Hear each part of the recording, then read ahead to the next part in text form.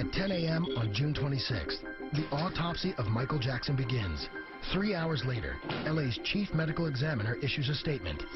There was no indication of foul play. The medical examiner has ordered additional testing.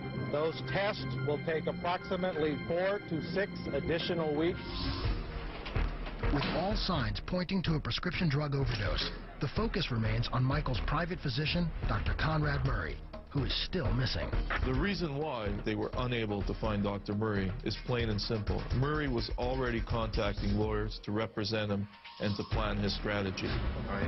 The following day, Murray and his lawyer agree to meet privately with detectives to give his statement. He laid out everything that had happened, not just that day, but in the 6 weeks leading up to Michael Jackson's death. He said that Michael Jackson had told him that he regularly used propofol and needed it to fall asleep.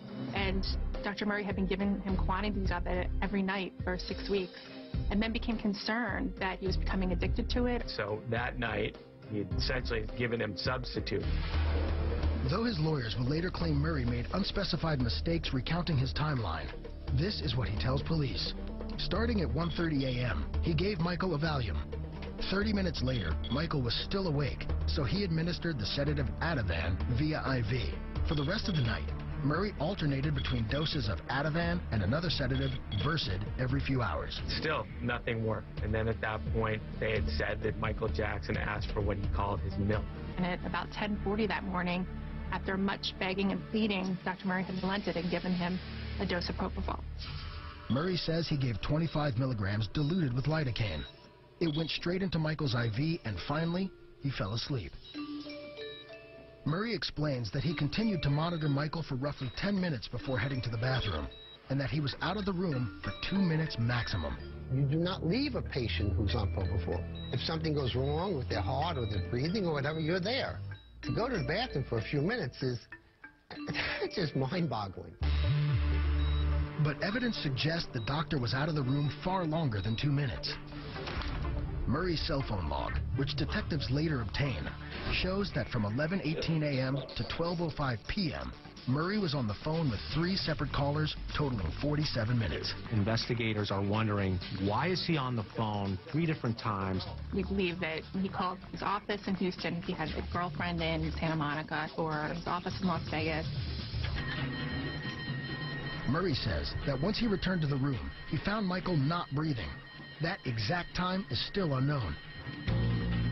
He then immediately started CPR and administered 2 milligrams of the anti-overdose medicine Annexate. Annexate counteracts specific drugs by blocking the brain receptors they affect, allowing those receptors to return to their usual state.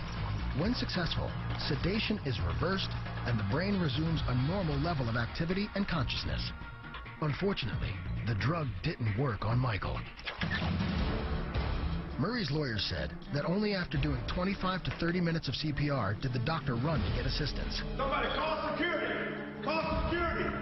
Once staff members arrived, 911 was finally called. He's not breathing. Other than the time that the paramedics came, who knows what was going on in that bedroom. There's some things here that don't add up. His argument was that nothing was given to Michael that would have killed him. He didn't do anything wrong. Coming up, investigators nail down the cause of death. And later, police dig up some dirt on Dr. Murray. Next, on Famous Crime.